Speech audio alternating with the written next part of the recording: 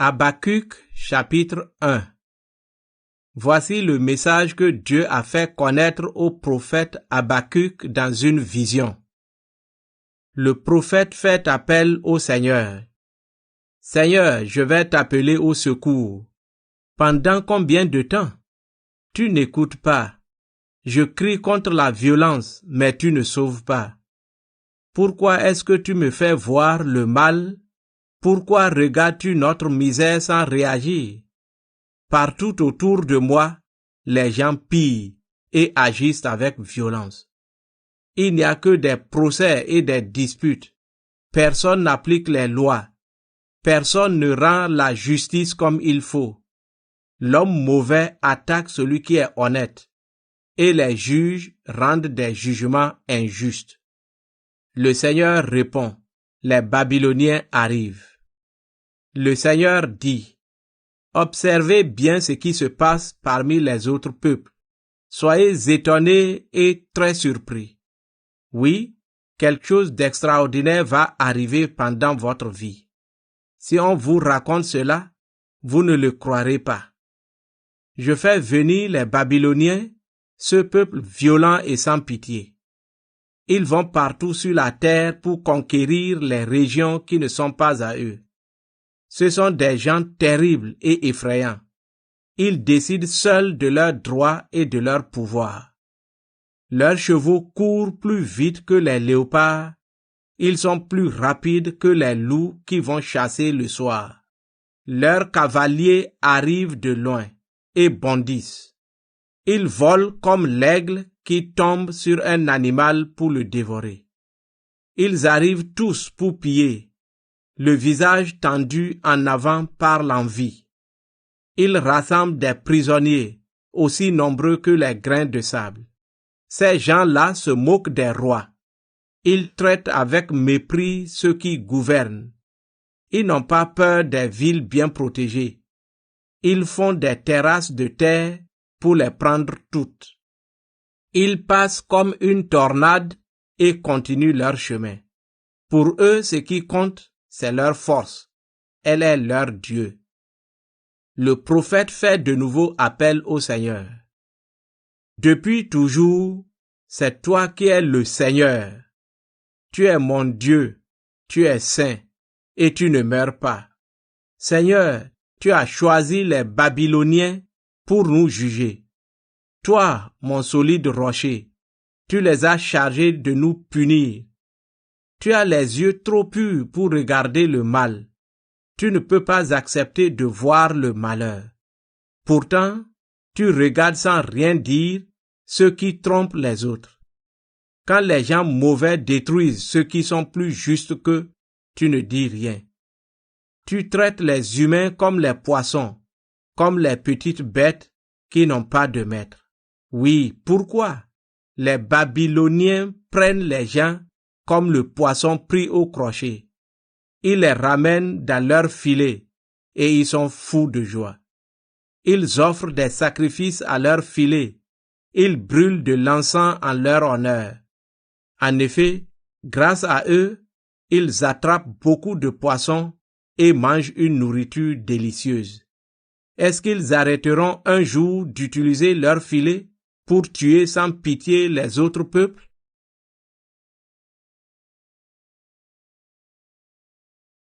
Habakkuk chapitre 2. Moi je veux rester à mon poste de garde. Je resterai debout sur le mur de défense. J'attendrai pour savoir ce que Dieu me dira et comment il répondra à mes plaintes. Le Seigneur répond, les orgueilleux ne tiendront pas. Alors le Seigneur m'a répondu, écris ce que je te fais connaître. Écris-le clairement sur des tablettes pour qu'on le lise facilement. Les choses que je te fais voir arriveront, mais seulement au moment fixé. Elles vont bientôt se réaliser, ce n'est pas un mensonge. Attends avec confiance, même si c'est long. Oui, c'est sûr, elles arriveront sans retard. Écris, celui qui a de mauvaises intentions perd ses forces. Mais celui qui est fidèle à Dieu est juste et ainsi il a la vie. Oui, les richesses font du mal. Les orgueilleux ne restent pas en place. Ils ouvrent largement la bouche comme le monde des morts. Comme la mort, ils ne sont jamais rassasiés. Ils regroupent autour d'eux tous les pays, ils tiennent tous les peuples sous leur pouvoir. Mais tous ceux qu'ils ont conquis vont lancer contre eux des critiques, des paroles moqueuses et blessantes. 5 déclarations de malheur contre ceux qui agissent avec violence. Voici ce qu'ils diront. Quel malheur pour vous! Vous entassez des biens qui ne sont pas à vous. Jusqu'à quand vos dettes sont de plus en plus importantes? Ceux qui vous ont prêté de l'argent arriveront tout d'un coup. Ils se réveilleront et vous feront trembler. Ils vous voleront à leur tour. Vous pillez beaucoup de peuples. Alors les peuples qui restent vous pilleront de la même façon. En effet, vous répandez le sang, vous agissez avec violence contre les pays, les villes et leurs habitants. Quel malheur pour vous! Vous gardez pour vos parents des biens obtenus de façon malhonnête.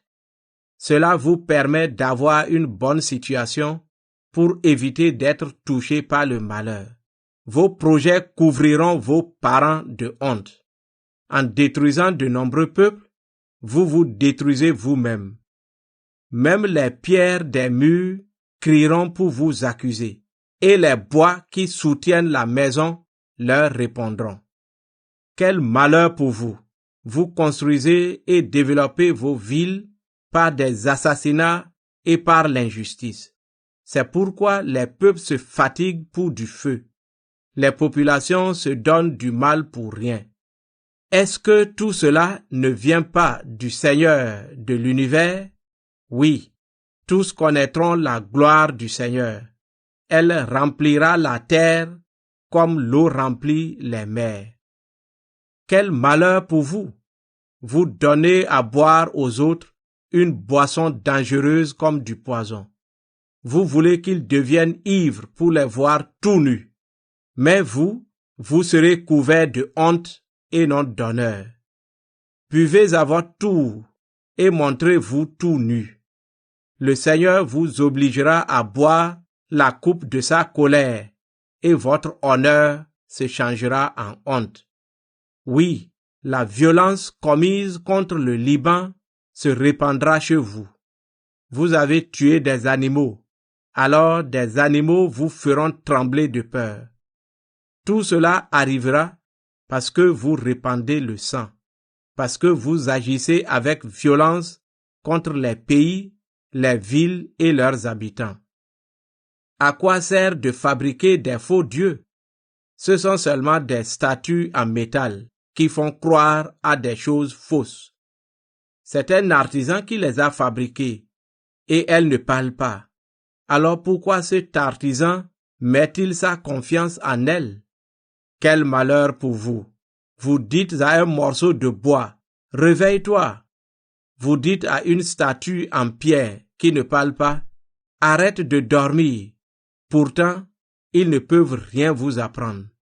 C'est vrai, ces statues sont recouvertes d'or et d'argent, mais il n'y a aucun souffle de vie en elles. Le Seigneur, lui, habite dans son temple saint, que toute la terre se taise devant lui.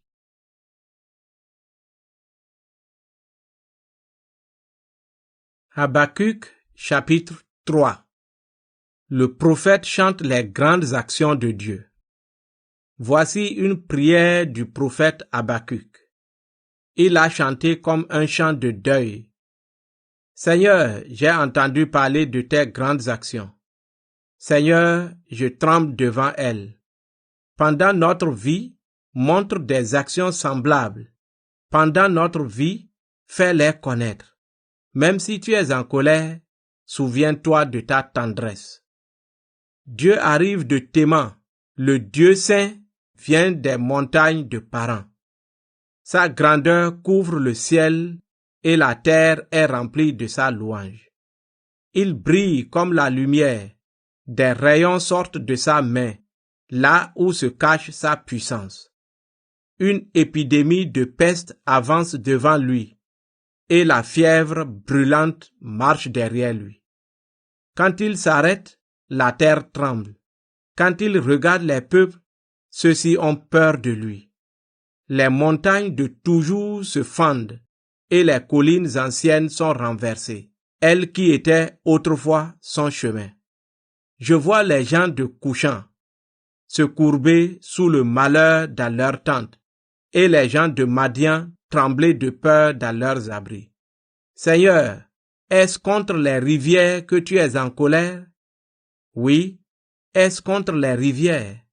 Est-ce contre la mer que tu es furieux? Tu montes sur les nuages comme un char de victoire. Tu prépares ton arc et ses flèches sont les serments que tu as faits dans ta colère. La terre s'ouvre et des torrents jaillissent. Les montagnes te voient, elles tremblent de peur. L'eau tombe avec violence. Le grand océan rugit. Il lance ses vagues jusqu'au ciel. Devant la lumière de tes flèches qui volent, devant les éclairs de ta lance, le soleil et la lune restent sans bouger. Rempli de colère, tu avances sur la terre. Furieux, tu écrases les autres peuples. Tu es sorti pour sauver ton peuple, pour sauver le roi que tu as consacré. Tu renverses le chef du clan des gens mauvais. Tu détruis complètement ses alliés. Tu perces la tête des chefs ennemis avec leurs propres flèches. Ils arrivaient en courant comme une tornade pour nous chasser de tous côtés. Ils poussaient des cris de joie comme s'ils allaient dévorer un pauvre en se cachant dans leur abri. Tu avances dans la mer avec tes chevaux au milieu des vagues puissantes. J'entends tout ce bruit et je suis bouleversé. Ma bouche tremble de peur, mon corps devient très faible. Mes jambes ne tiennent plus debout. En silence, j'attends le jour du malheur pour aller combattre le peuple qui nous attaque. Les figuiers ne fleurissent plus. Les vignes ne donnent plus de raisins. Les oliviers ne portent plus d'olives. Les champs ne produisent aucune nourriture. Il n'y a plus de moutons dans les bergeries, plus de bœufs dans les abris. Mais moi, je trouve ma joie dans le Seigneur. Je suis heureux à cause du Dieu qui me sauve. Le Seigneur Dieu est ma force. Il me rend aussi rapide que les biches. Il me fait marcher sur les hauteurs.